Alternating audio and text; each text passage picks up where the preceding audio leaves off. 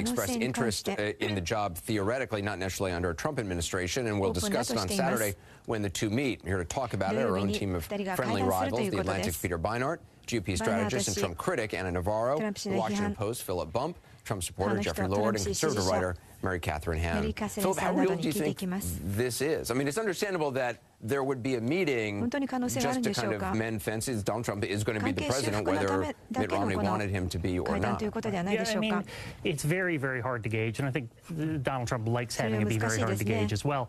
You know, one of the things we've seen, though, if you look at his transition team, for example, it's all folks that were there fairly early in the campaign, folks that have been fairly loyal to him. Donald Trump clearly values loyalty, and so it's hard to imagine that he and Mitt Romney, it's easy to imagine them breaking bread. It's very hard to imagine them working together for 4 years, and it's very hard to imagine Mitt Romney signing up for that job. Particularly, Peter, I mean, Mitt Romney's, was clearly back in 2012 was talking about Russia long before a lot of other folks were. Donald Trump seems to have a different take on, certainly on Vladimir Putin. Right, and also General Flynn, who looks like he's likely to be National Security Advisor, also much more similar to Trump. Soft line on Russia. He used to go on Russia Today, wants to work with Russia on Syria. I think the problem for Romney, I mean, I would be very happy as a Trump critic. I would be somewhat relieved to see Mitt Romney. I think the problem is that when you have a National Security Advisor who's much more on Trump's wavelength on this, I think that I don't think Romney would have a lot of influence. I think he'd be like Colin Powell under George W. Bush, because he's out of step with where they want to go on foreign policy. The benefit, though, of something like this, even the benefit of having this meeting for Donald Trump is it does, I mean, to Peter's point, it makes those who don't like Donald Trump at least feel, okay, well, there are more establishment figures or people with experience in the room who are being considered, whether or not they're actually going to get the job. I think it sends a very important message. There are few people that fought the Romney candidacy as hard as Mitt Romney did. In fact, I would tell you there was tremendous moral leadership from the Mormon community in general. Let's remember that just a few weeks after losing to Barack Obama, Mitt Romney went and met with Barack Obama. The Mitt Romney I know is a guy who's a great patriot. He will put country first. He will put the country's interests above his own. And so I am not surprised at all to see him go meet with Donald Trump, a man who I still think he has probably very little in common with, in hopes of influencing him for the better, in hopes of saying, I am here for advice, I am here as a supporter, I am here as an American, now that you are president-elect. Yeah, I mean, Jeffrey, it's one thing to meet with the president-elect, it's another thing to actually really be considered as Secretary of State and to want to be his Secretary of State. I mean, Peter has just laid out some of the problems that inevitably flow. But this is traditional. I mean, Hillary Clinton, after all, ran tooth and nail against Barack Obama and wound up as Secretary of State. LBJ was, JFK's vice president. George H.W. Bush against Ronald Reagan. And I wanted to mention Reagan before you did. We're getting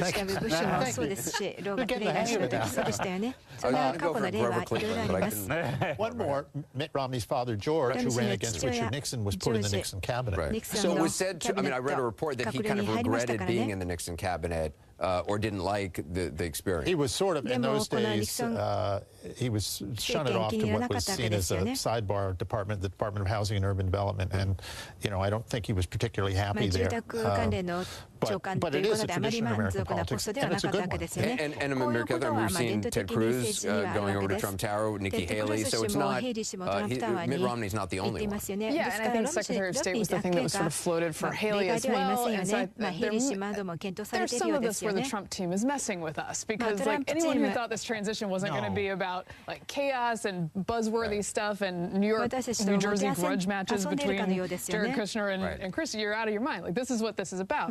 But I do think for Romney, I think Anna's right. There's some ambition there. There's also a sense, certainly among the foreign policy nerds in the establishment, that someone needs to go and serve President Trump for the good of the country. And I think he would be interested in doing that.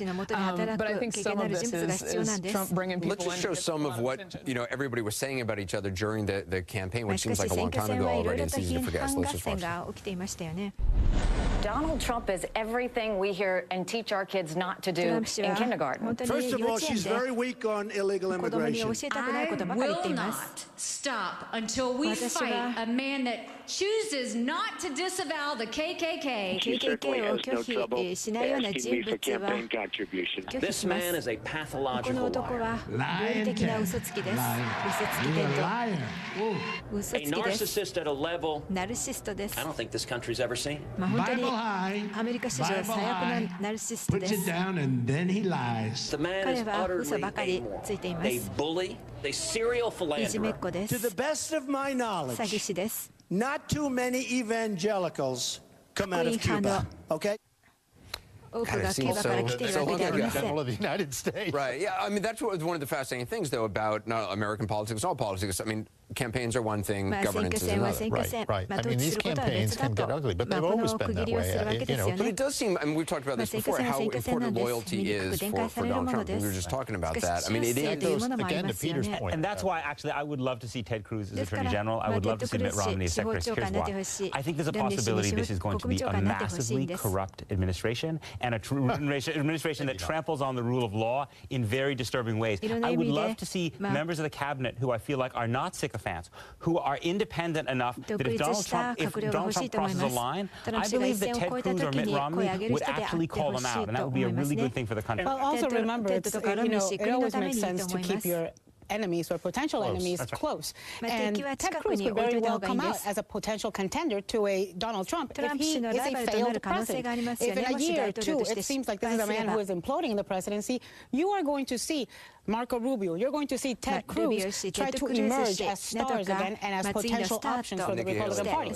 I almost like Nikki Haley too much for her to want to, and I think she's got such a bright future. I don't want her to go into this cabinet. I would just point out that I don't know that the opinions that you just heard expressed there, I don't know they've necessarily changed. And I think that a Mitt Romney and a Ted Cruz may be, to Peter's point, wanting to go in and wanting to serve and wanting to make sure that the stewardship of the United States doesn't suffer from someone who they sincerely think is not qualified. Right. The question is, would Donald Trump, would his inner circle want that, want those folks close by? You got to be loyal. It seems like you got to be loyal if you go in there. I mean, you got to serve your president, no matter who it is. I mean, Barack Obama would not want people around him who are not loyal to him, and neither would any president, nor should any president. Yeah, I think it's far more likely it's they bring your enemies closer than it is I want honest critique from my team. No, I don't think that's what Trump wants. I mean, I think the question for someone like Cruz, though, is does this really help him as a future Republican presidential candidate? He then has all the baggage of a Trump president. It seems to be dangerous.